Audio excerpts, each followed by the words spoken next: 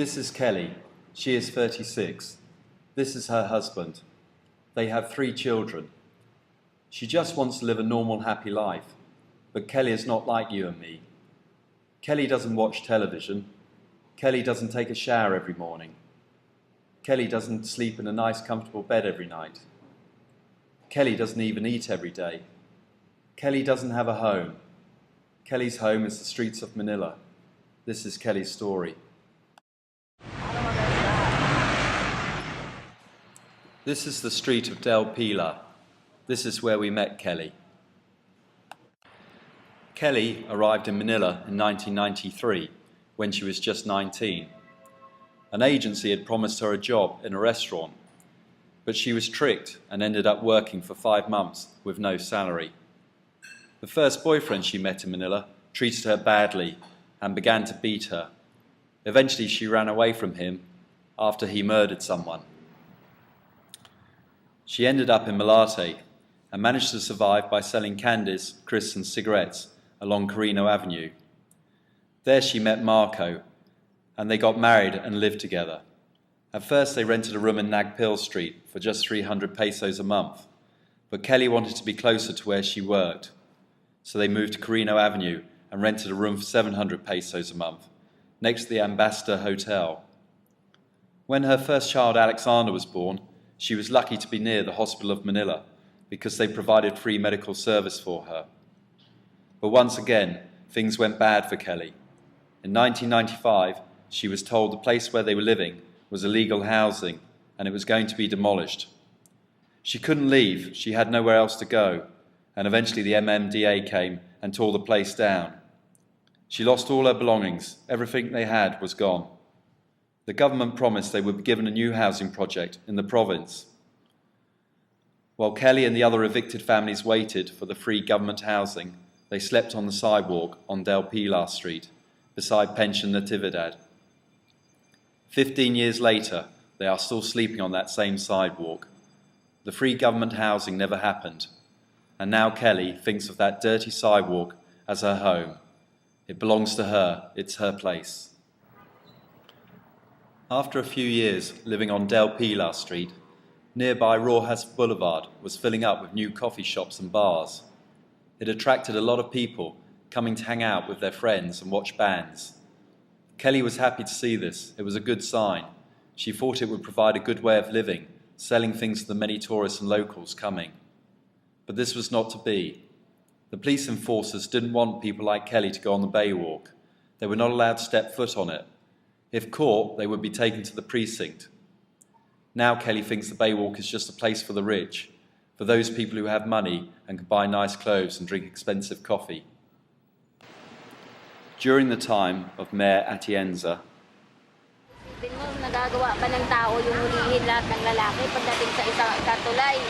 Sa Blumindred, kaya sa ang tulay na malayo-layo dito sa Maynila. Uhubaran, hubad-hubad. Mga lalaki, tapos ibaba doon, iiwanan. Tama pa naman yung ginagawang doon. So life just continues for Kelly. Every day, struggling to survive. Her day begins at 4 in the morning. She goes to buy pan de sal for her husband Marco and for her 3 sons. Alexander 9, Kenneth 6, and Mark Anthony, just 3 years old. She buys 4 pieces of pan de sal for 10 pesos. And if she has any money left, she will share a cup of 3-in-1 coffee with Marco. Then every morning, Marco fetches water for the boys to wash before they go to school. The jug of water comes from a sympathetic neighbour. Some mornings they don't have water, but Kelly still sends the children to school, even without washing. She thinks it's more important that they don't miss a day in school. Kelly takes them to their classes at 6 a.m. and Marco will go out looking for fares on his pedicab. The pedicab is provided by Pension Natividad. Marco has to pay them 50 pesos to use it. If he is lucky, he will make more money than this in a day, but there are some days when he doesn't. Luckily, the owner of Pension Natividad is a kind missionary, and he'll let them pay the 50 pesos boundary the following day. He will even give them money for food once in a while. Kelly spends the morning sitting and chatting with her friends that all live on the street. Just before noon, she'll go to pick up the boys from school, and they will eat lunch together. She buys food from the carinderia at the corner of the street. If Marco has a good day driving the pedicab, there'll be enough food for all 5 of them.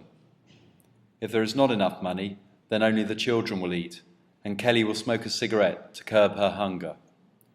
The usual meal is boiled rice with a little soya sauce or oil. They can rarely afford anything else to go on it. On the weekends, they go to the bay and bathe in the seawater. And on Saturdays, the pension Natividad will provide free food for the homeless, and more families will arrive to eat, many of them from Luneta. But every day, Kelly remains wary. There are times when DSWD employees and policemen come to the street and forcefully take the families to jail. The women are taken into custody by the Department of Social Welfare and Development near Manila City Hall. After a few days they can leave if they pay a bail of 210 pesos. The men are taken to Precinct 5 in UN Police Station. They are also required to pay bail of 210 pesos, and then they can leave. It is obviously very difficult for Kelly and Marco to get enough money for the bail, but even worse is that the homeless men are used as human punch bags by the police, who often beat them while in custody. It can take many days for these bruises to heal. Kelly says these beatings are happening less now because of the upcoming national elections. She thinks the politicians are trying to make a good impression on the people. Sometimes, if the DSWD come to Kelly's area, they risk losing their few possessions. Their things will be taken, and Kelly would have to go and plead for them to be returned. Kelly has got used to these brutal hardships in her life.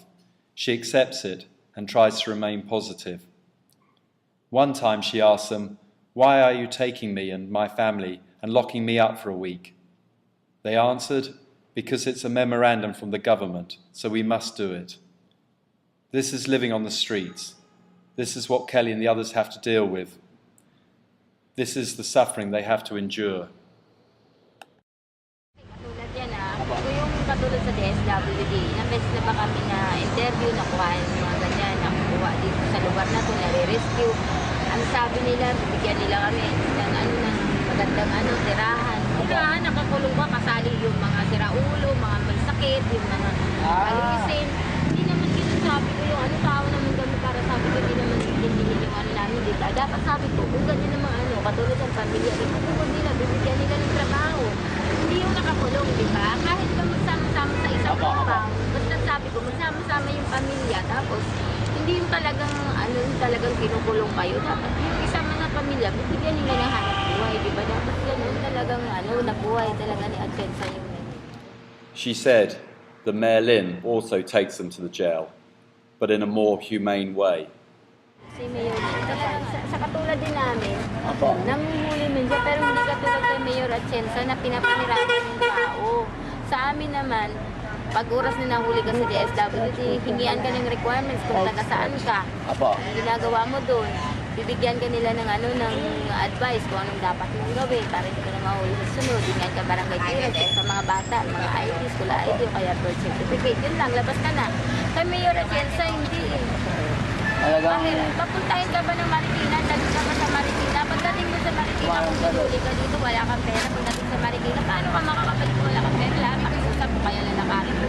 Mayor Atienza, basta't mayaman ka, negosyante ka. Kami, yung dumi kami sa paningin yan.